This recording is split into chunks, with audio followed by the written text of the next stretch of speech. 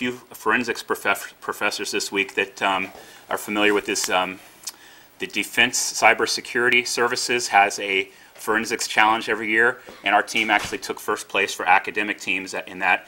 It's really an interesting challenge. They send you this envelope full of broken disks that have been cut up and stuff, and you have to try to piece them back together and get data off of them. And they give you some other stuff that's like some image files, and you have to determine if there's any steganography in them, steg files, and pull that out. And they give you some other files, and you have to determine if they're real versus CG.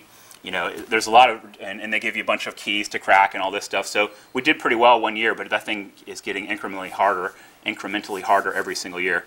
But my encouragement to you is, they have these university-sponsored events. UC Santa Barbara does one every year. The Cypher 2 in the Technical University of Aachen, Germany, does a Cypher competition every year, and of course the granddaddy at DEF CON every year.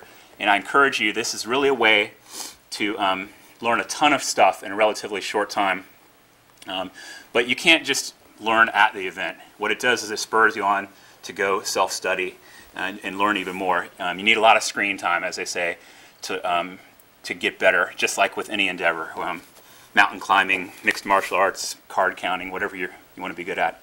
But I find that the people who are best at it really have a solid foundation of computer science, computer engineering. They understand computer organization, architecture, how stacks work and how variables work, and they understand programming languages, and they understand networking, databases, web, and as I said before, the best defense is information. This is going to make you better at what you do. Well, recently in the news, you might have heard about an unpatched vulnerability in a well-known PDF viewer. Okay, without naming any names. On February 19th, Shadow Server confirmed that there was an exploit for this. I'm here to tell you that it may have been out there a long time before that. It's a very big deal. It actually allows, remote basically arbitrary code execution.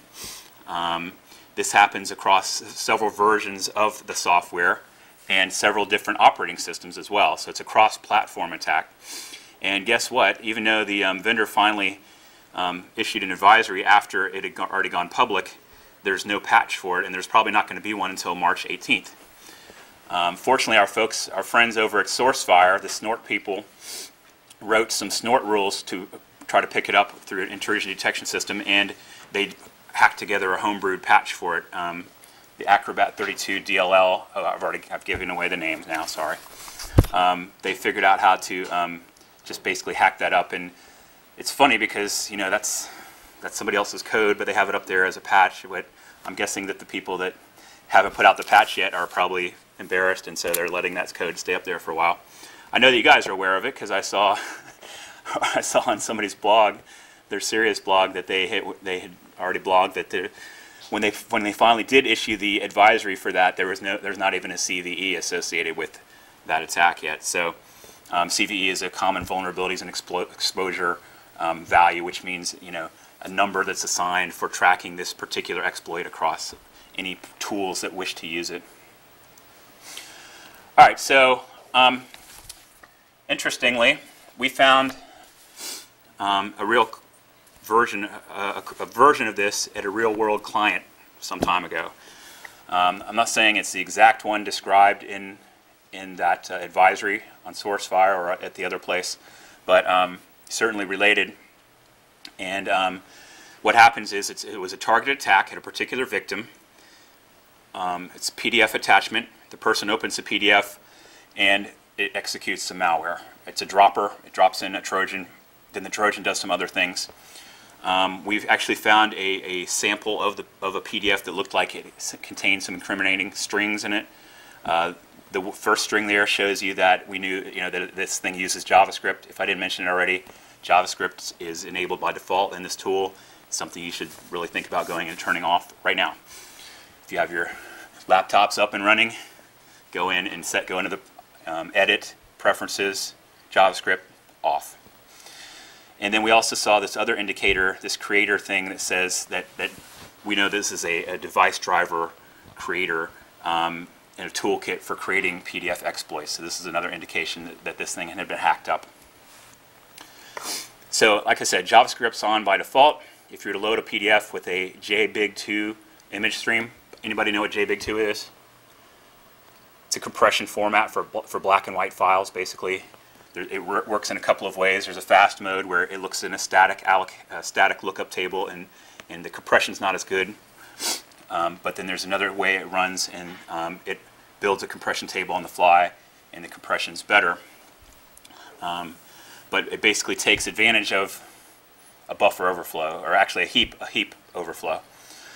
So what happens if you go to the 5th byte of that stream, which is your segment header file, and then you go down to the 6th bit, and you can see that that's set. So 0, 0, 1, 0, 0, and then those next 4 bytes read as 0, 0, and then a bunch of 3s. Then it would load the following code into the DLL, and by selecting the offset in a particular manner, either much smaller or much larger than this, you can crash in different areas that are aligned along a 32-bit or long word boundary. If you can do that, then you can essentially point to your shellcode. If you were to do a quick heap spray with this using JavaScript, then you could reliably write an exploit across that would work in Windows, Linux, Mac OS, and it does actually. People have shown proof of concepts where it crashes on all 3 in any version of the program. I mentioned a heap spray. What is that? Well, it is basically introduced a few years ago by a guy named Skyline, and he showed it working on Internet Explorer vulnerabilities. Excuse me. So it's generally the term for any code that attempts to put a sequence of bytes at some predetermined location in a target by allocating large blocks of memory and then filling those up with your shellcode.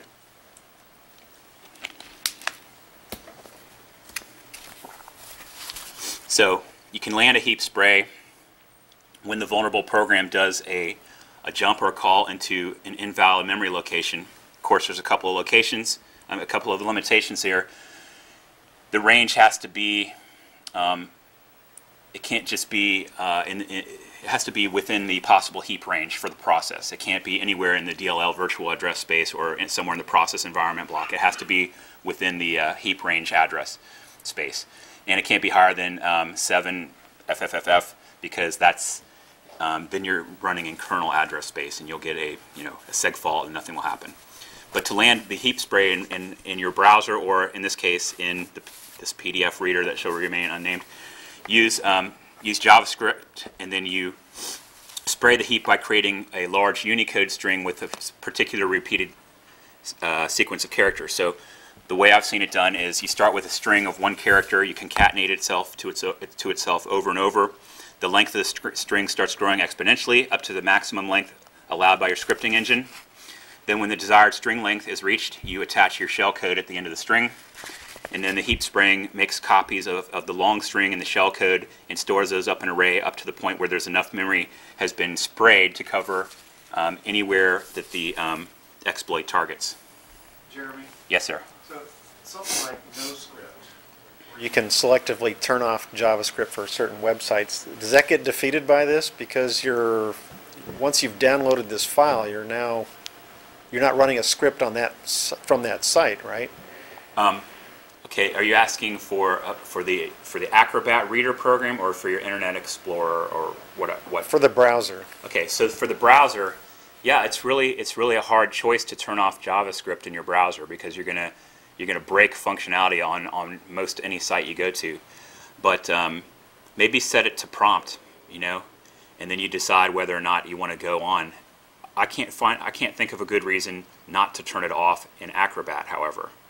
So in this case, if this thing loads up in Acrobat, it'll just crash the program and nothing bad will happen. So that's a good question. The professor there, Pascal, I believe, who was blogging about that was some of the comments to that is like, haven't we had enough JavaScript overflow errors? And I don't know what the answer is to that in terms of your browser. You try turning it off. Try